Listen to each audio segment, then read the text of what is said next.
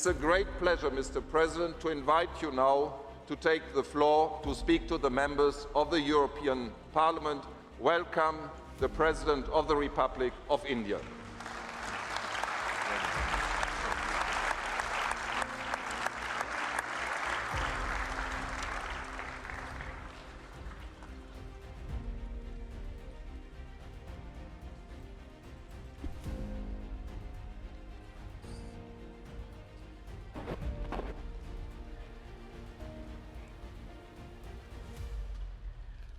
Friends, my greetings to all of you.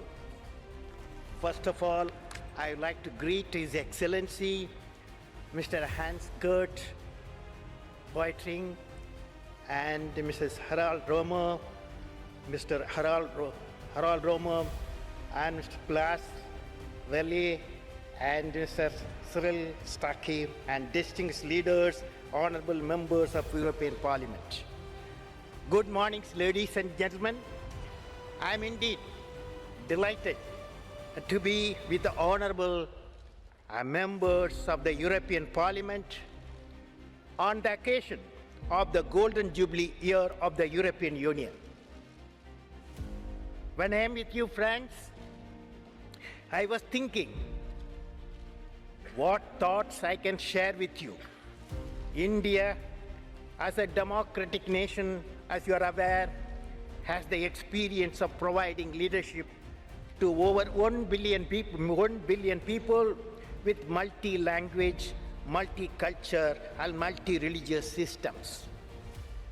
I wish to share this experience with you, friends. European civilization has a unique place in human history. Its people were valiantly engaged in the adventure of the exploring the planet Earth, resulting in the discovery of many ideas and systems. Europe has seen the birth of pioneers in science leading to technologies. Europe was the theater of conflicts of hundreds of years among and between the nations, including the 2 world wars.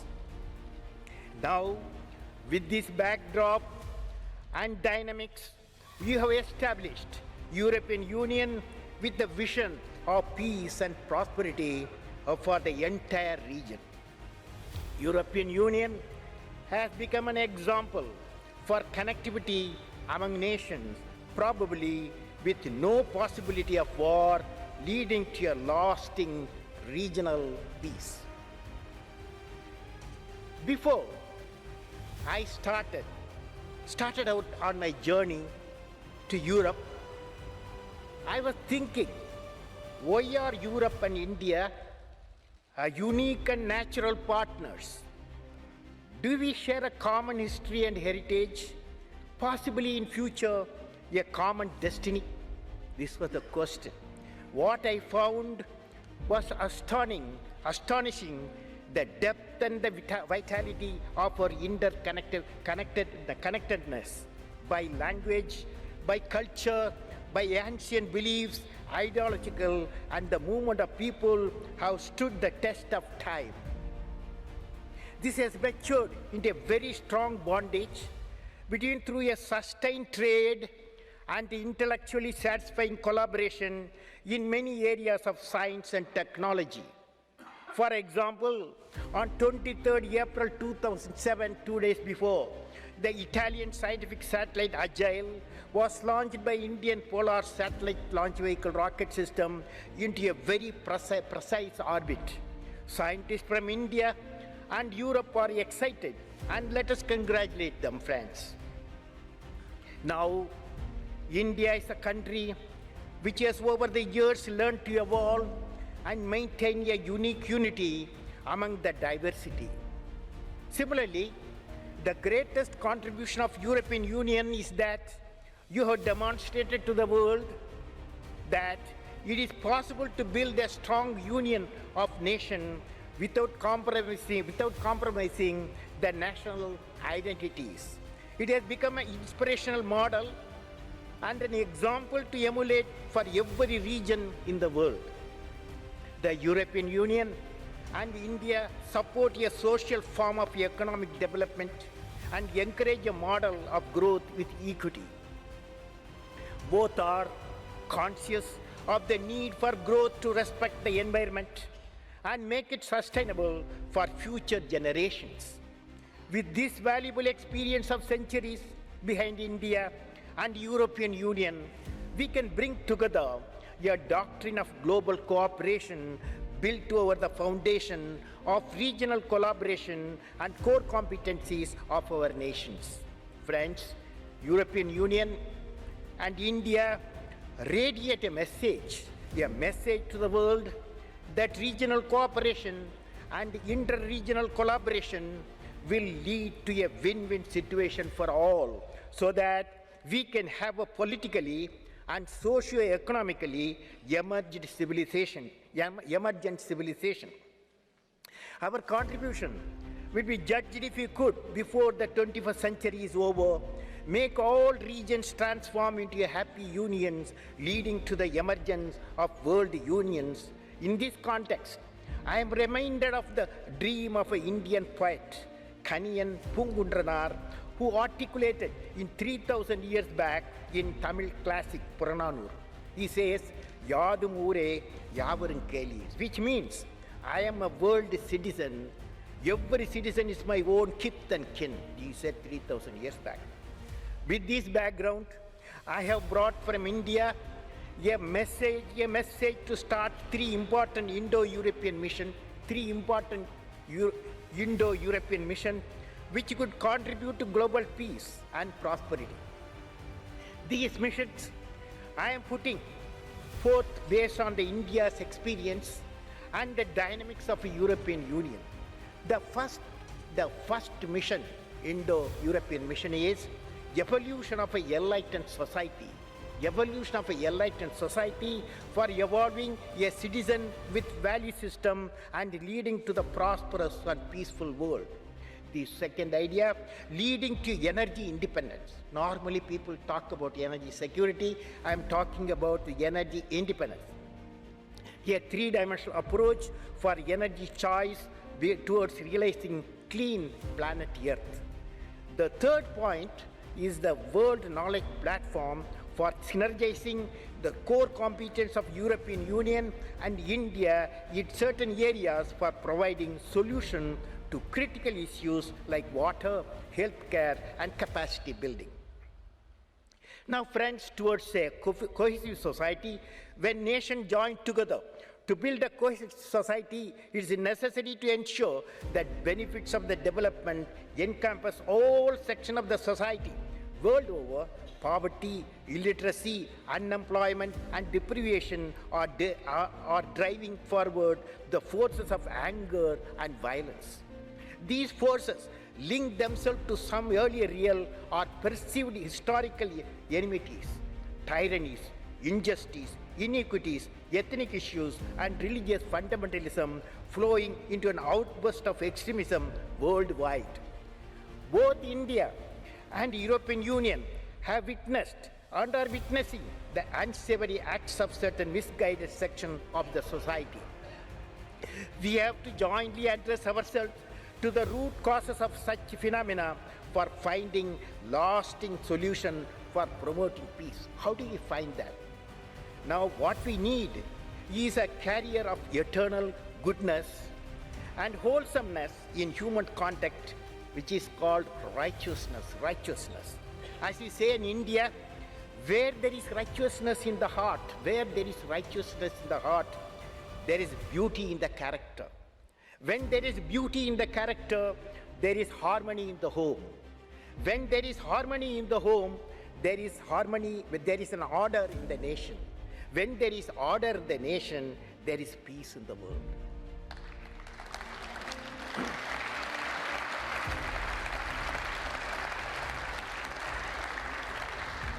Honorable members, this is true for the whole world. When we need peace in the world, we need order in the nation. We need harmony in the home. We need, whether in Europe or India, or any part of the world, the origin is righteousness in the heart, righteousness in the heart. How do we evolve righteousness in the hearts of every citizen of the world? This is my area of specialization. I want to talk to you. First, I want to talk to you the evolution of a enlightened society, the first point what I said. With the spirit of righteousness in the heart, dear honorable members, I would like to put forth to this important gathering a methodology for evolving a happy, prosperous, and peaceful society of our planet, which I call it evolution of a enlightened society. I have shared these thoughts with many intellectuals in the national and international spheres. How do we create such an enlightened society, which have three components? The first component, education with value system. The second component, religion transforming into a spirituality. And the third component, economic development for societal transformation. Let us discuss. The first one, education with value system. We have seen that the seeds of peace in the world have their origin in the righteousness in the heart of every individual. Such a righteous citizen lead to evolution of an enlightened society. Education with the value system has to be so designed that the righteousness in the heart is developed in young minds. And that should be the mission of education. The prime learning environment is 5 to 17 years of age. This reminds me of ancient Greek teachers saying, the Greek teacher said a few thousand years back, he said, give me a child for 7 years. Afterwards, let God or devil take the child. They cannot change my child. Because our education so powerful, the teacher so powerful mind. This indicates the power of a great teacher and what they can inculcate in the young minds. Parents and teachers must inculcate moral leadership among children. It requires the ability to have insight into the uniqueness and universality of human consciousness. True education is the acquisition of enlightened feelings and enlightened power to understand daily events and to understand the permanent truth linking man to this environment, human and planetary. While I was in college, long ago, while I was in college, nearly 57 years, I remember the lectures given by the highest authority of a Jesuit institution, Reverend Father Rector Kolathil of St. Joseph's College, Tiruchirappalli, Southern India, where I studied in college. Every week on Monday, the father, Reverend Father, will take a class for an hour.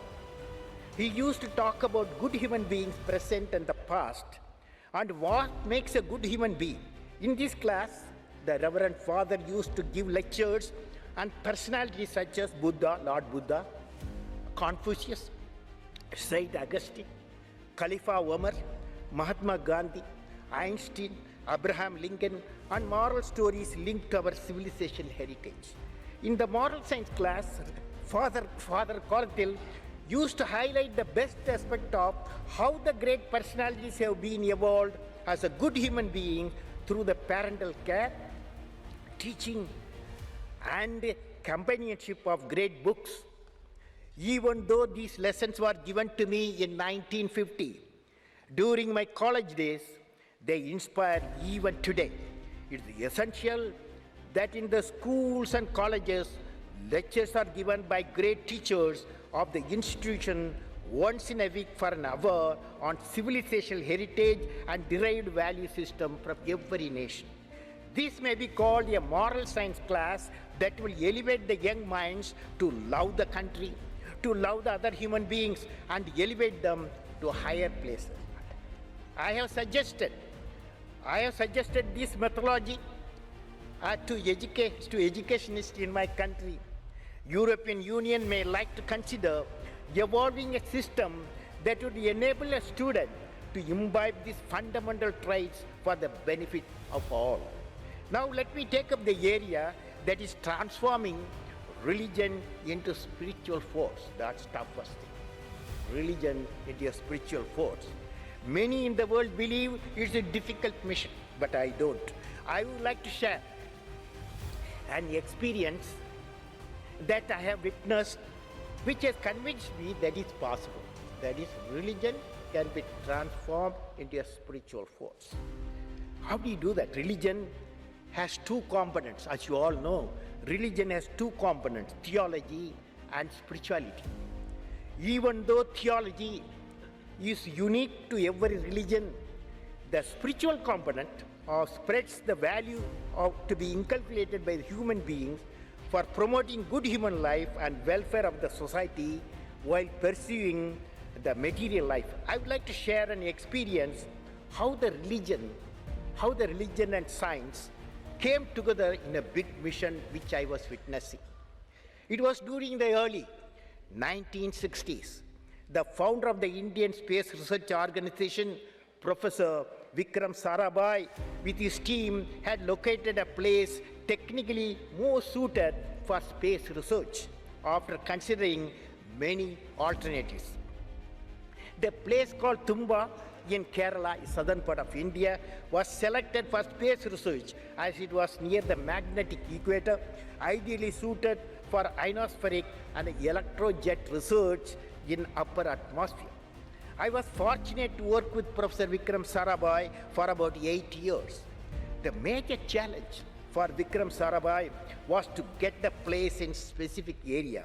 As was normal, Professor Vikram Sarabhai approached the Kerala government administrators first. After seeing the profile of the land and the sea coast, and the view expressed was that thousands of fishing force lived there. The place had an ancient St. Mary church, a bishop's house, and a school. Hence, it would be very difficult to give this land, and they were willing to provide alternate area. Similarly, the political system also opined that it would be a difficult situation due to the existence of important institutions and the concern for people who had to be relocated. However, my professor very determined. However, there was a suggestion to approach the only person who would advise the help. That was Reverend Father Peter Pereira. Professor Vikram Sarabhai approached the bishop on a Saturday evening. Still, I remember the scene. I still remember the meeting between the two turned out to be a historical. Many of us witnessed the event. Reverend Father Peter Pereira exclaimed, "Oh Vikram, you are asking my children's abode," that is fishermen's abode, fishing folk abode, my abode, bishop's house, and God's abode, the church. How is it possible? Both had a unique quality that could smile even the difficult situation. Both Reverend Father and the scientists, they can smile.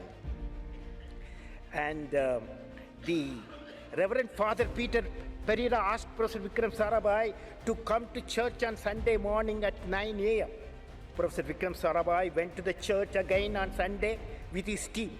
At that time, the prayer was progressing with the recitation of a Bible by Reverend Father Peter Pereira. After the prayer was over, the bishop invited Professor Vikram Sarabhai to come to this dais. The Reverend Father introduced Professor Vikram Sarabhai to the mass. The people like you, thousands have assembled for prayer. "Dear children," that is Bishop says, "Dear children, here is a scientist, Professor Vikram Sarabhai. What science do? All of us experience, including this church, the light of the electricity. I am able to talk to you through the mic, which is made possible by technology. The treatment to patient by doctors comes from the medical sciences. Science through technology enhances the comfort and the quality of human life. What do I do as a preacher?" Bishop says, "What do I do as a preacher? I pray for you people, for your well-being, for your peace." In short, what Vikram is doing, what I am doing are the same. Both science and spirituality seeks the Almighty's blessing for human prosperity in body and mind. Dear children, Professor Vikram says he would build within a year near the sea coast alternative facilities to what we are having. Now, dear children, can we give our abode? Can we give my abode? Can we give God's abode for a great scientific mission? He asked that question. There was a total silence, a pin drop silence like what I'm experiencing now. There was a total silence, a pin drop silence. Then all of them got up and said Amen, which made the whole church reverberate. That was the church where we had our design center, where we started rocket assembly, and the Bishop House was our scientist working place. Later, the Tumba Equatorial Rocket Launching Station led to the establishment of a Vikram Sarabhai Space Center, and the space activities transformed into multiple space centers throughout the country. Now, this church has become an important center of the learning, where thousands of people learn about the dynamic history of the space program of India and the great minds of a scientist and a spiritual leader, Reverend Father Peter Perida. Of course, Tumba Citizen got the well-equipped facilities, worshiping place, and the education center in an alternate place at the right time. Dear members, when I think of this event, I can see how enlightened spiritual and scientific leader can converge towards giving reverence to human life. Of course, the birth of TERS, then VSSV, gave the country the capability of launch vehicle, spacecraft, space application that have accelerated social and economic development in India to unprecedented levels. Today, among us, Professor Vikram Sarabhai is not there. Reverend Peter Bernard Perida is not there. But those who are responsible for creation and making flowers blossom will themselves be a different kind of flower as described in the Bhagavad Gita. It says, see the flower, how generously it distributes perfume, honey. It gives to all, gives freely of all its love. When its work was done, it falls away quietly. And try to be like the flower, unassuming despite all its qualities. What a beautiful message, friends, to the humanity on the purpose of life reflected the spiritual component. Can we bridge the spiritual component of the religions to bring peace to nation and to the world? I would like to recall one incident again, which commonly occurs in many parts of my country, because I was asked to talk about dialogue of cultures. I have witnessed this event when I was a young boy, 10 years old, in our house. Periodically, I used to see three different unique personalities meet. Pakshi Lakshmana Shastrigal, who was the head priest of the famous Rameswaran temple and a Vedic scholar. Reverend Father Bodal, who built the first church in Rameswaram Island. And my father, who was an imam in the mosque. All the three of them used to sit and discuss the island's problem and find solution. In addition, they built several religious connectivities with compassion. These connectivities quietly spread to others in the island like the fragrance from the flowers. This sight always comes to my mind whenever I discuss with people on dialogue of religions. India has had this advantage of integration of minds for thousands of years throughout the world. The need to have a frank dialogue among cultures, religion, civilization has been felt now more than ever. Friends, these two instances, what I have narrated, give me confidence that religions definitely can be bridged through spiritual components. Whenever I meet the young and experienced in my country, I have narrated these two experiences. Many in my country and world over may have such experience. We have to spread such glad tidings to every part of the world. Now let us discuss the third component of the enlightened society, which is to achieve economic development for societal transformation. Let me take my country, India, as an example. It may be true to many parts of the world, including European Union.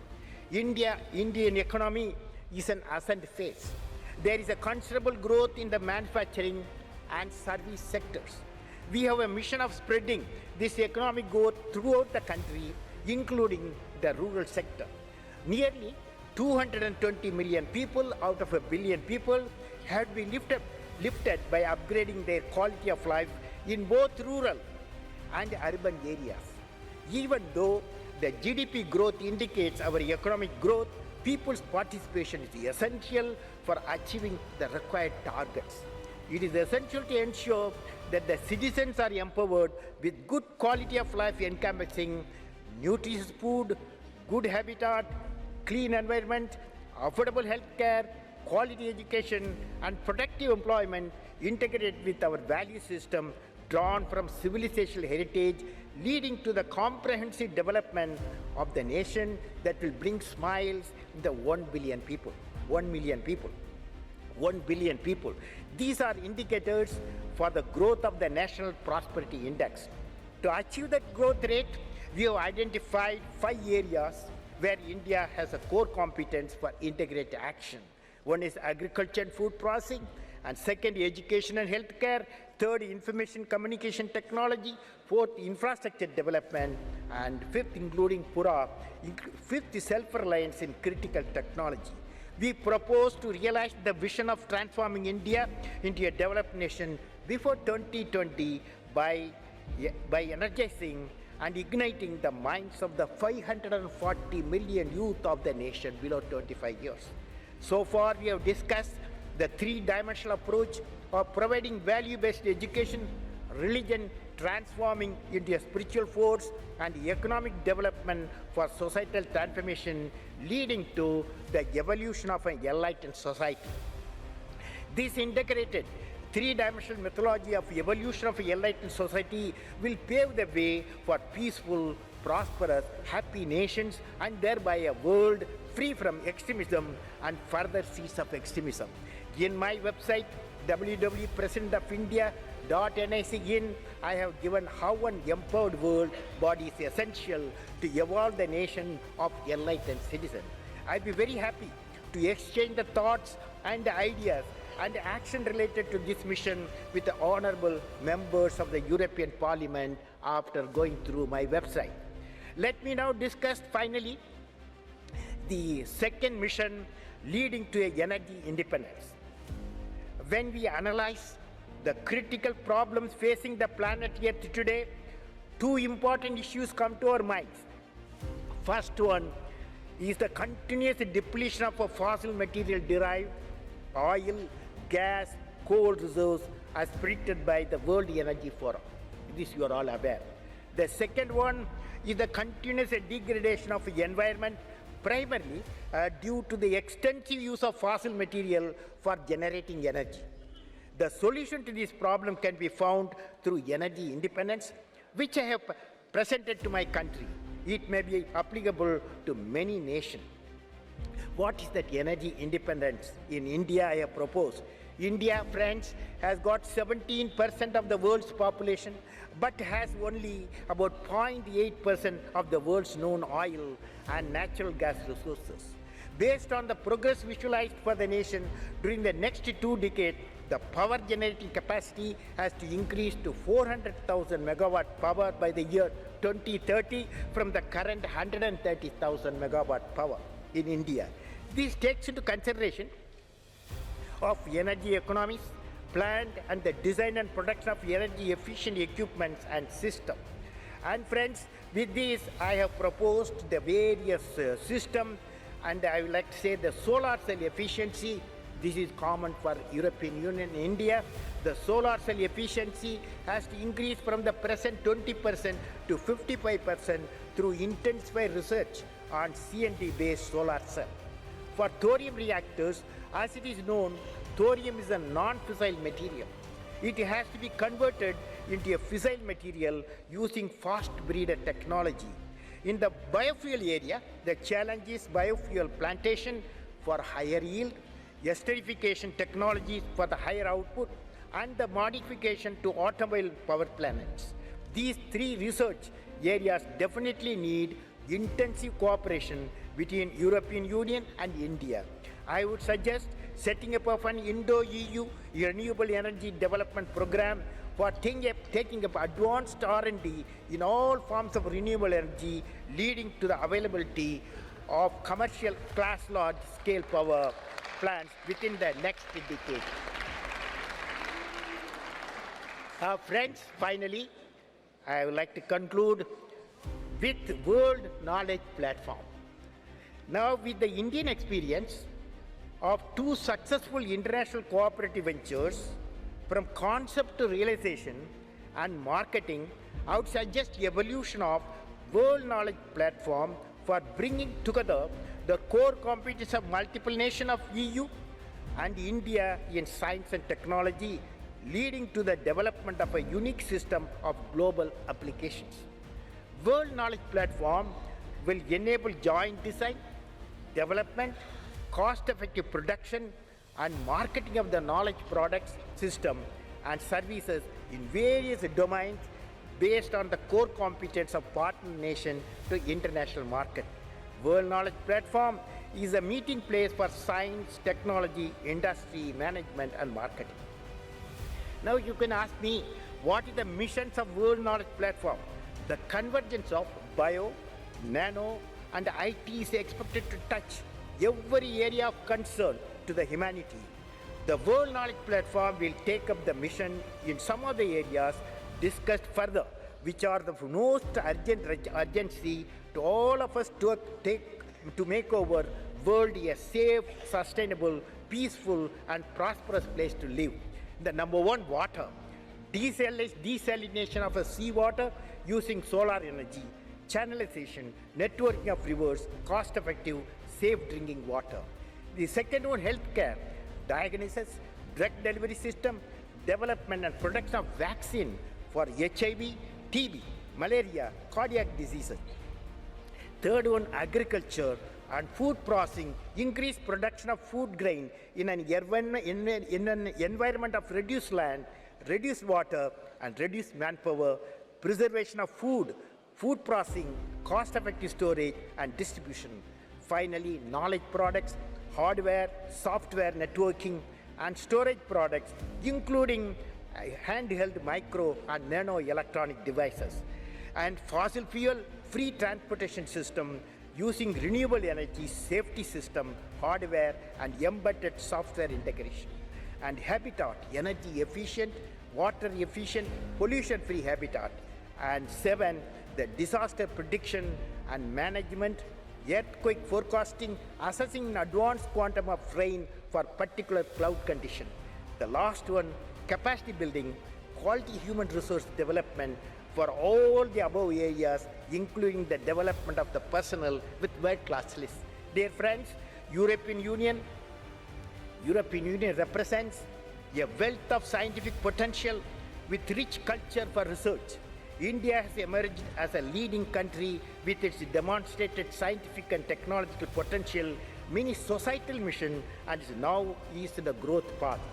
Combined strength of the nations can be utilized for the mutual advantage of both India and EU by joining together as partners in creating the World Knowledge Platform. In conclusion, honorable members of European Parliament, as you have seen, there is a visible common thread of our dreams and problems. When I'm with you, I have a feeling there are beautiful solutions from beautiful minds. Beautiful minds generate creativity. This is the common heritage of both India and European Union. Dear honorable members of the European Union, I have presented 3 missions: evolution of a enlightened society, leading to energy independence, creating World Knowledge Platform. This Indo-EU mission will definitely reinforce further our strategic partnership and become the foundation for making the change in the life of 1.5 billion people, ultimately leading to the confluence of civilization. For meeting the challenges of this mission, we can draw the inspiration from the saying of Maharishi Patanjali about 2,500 years ago. The Maharishi said, when you are inspired by some great purpose, some extraordinary project, all your thoughts break their bounds. Your mind transcends limitation. Your consciousness expands in every direction, and you find yourself in a new, great, and wonderful world. Dormant forces, faculties, and talents come alive, and you discover yourself to be a greater person than you ever dreamt yourself to be. 2,500 years back, this saint told. Dear honorable members, I have great admiration for the European Union. In this context, I have composed a poem.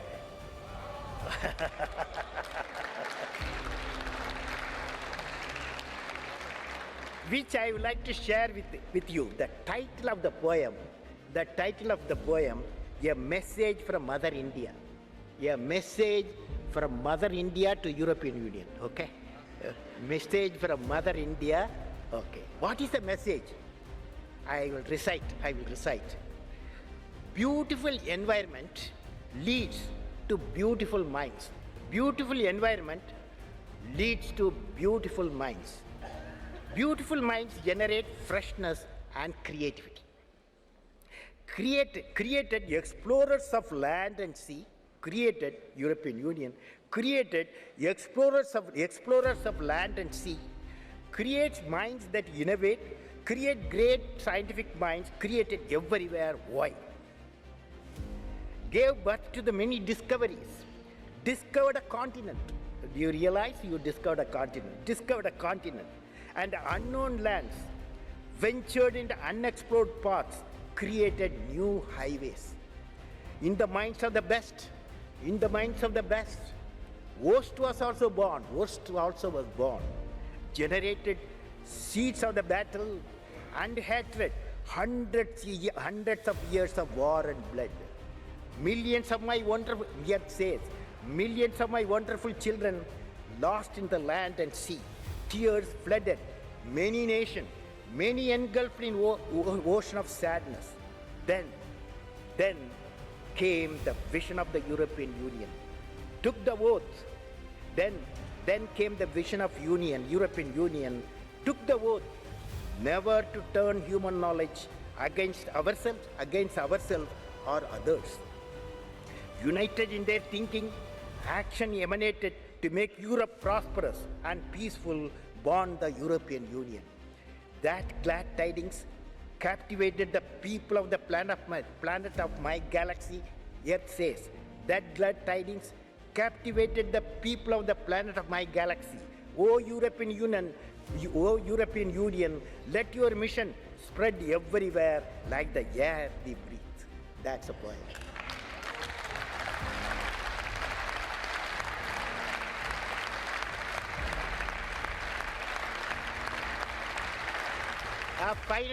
Finally, friends, let me convey my greetings of 1 billion people of my country to all the honorable members of the European Union and through you to all the citizens of European Union countries.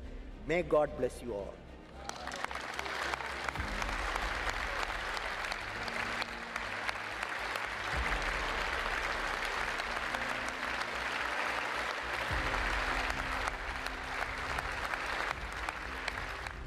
अपने सपनों को motivational flight देने के लिए channel को subscribe कर लेना।